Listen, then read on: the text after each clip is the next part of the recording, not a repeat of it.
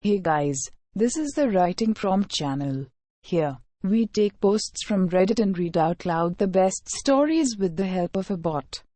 Enjoy this amazing story. The Writing Prompt by user TuckDude_Van12. You were the hero of a mighty empire, defeated by a rebel army led by a wizard. As punishment, you were made into a statue, cursed to watch the fall of your empire and the rise of the new.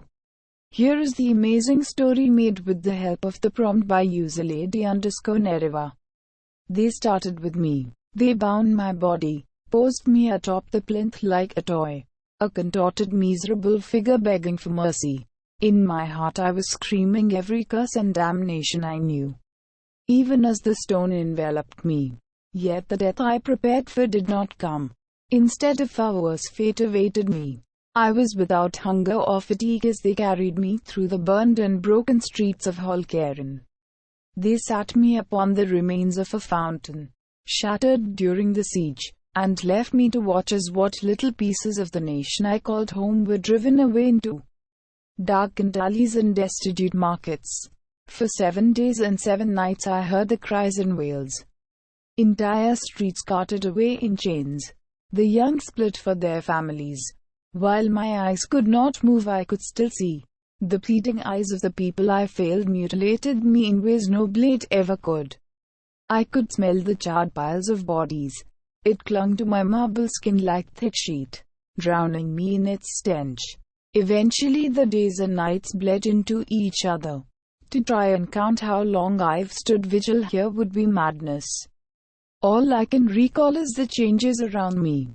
At first, when the fires died and the reek of death had passed, little life moved by the rebels that walked their new conquest. Soon, however, the rubble was moved. Burnt housing was torn down to make way for fresh stone and lumber, while peasants and their animals pulled carts of refuse and building material with them. As I would have wept had I the ability.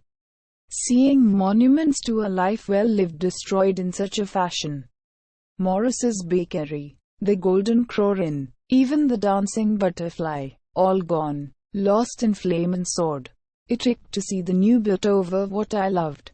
New shops and inns, new people moving in to start a new life under a new ruler.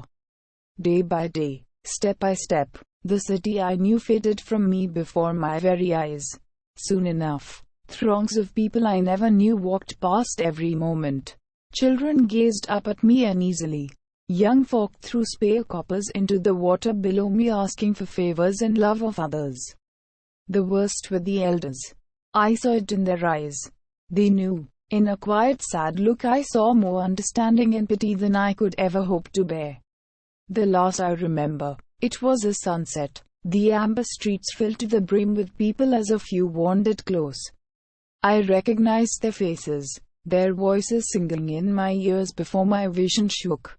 In years beyond counting I hadn't moved an inch. And now I was slid onto a cut as I saw framed in the burning oak light the silhouette of a new statue, tall, grandiose, a crown of marble placed upon his delicate pale features. The man who made me like this. I felt the rage swell up within me once more. The need to scream and lash out. To break free from the maddening prison of my own body. Alas, I was placed down on a cold stone floor. Thick waves of dust crashed against me in the stagnant air, as the men who planted my stone feet on the floor walked away. One turned to another. "Who even is that geezer on this statue?" he asked indignantly. "Dunno, just some poor bloke I reckon," came the crushing reply, as the heavy wooden doors drifted shut and darkness enveloped me. The end. Thank you guys for checking out this channel. Please subscribe, like and share this video. See you in next one. Thank you and goodbye.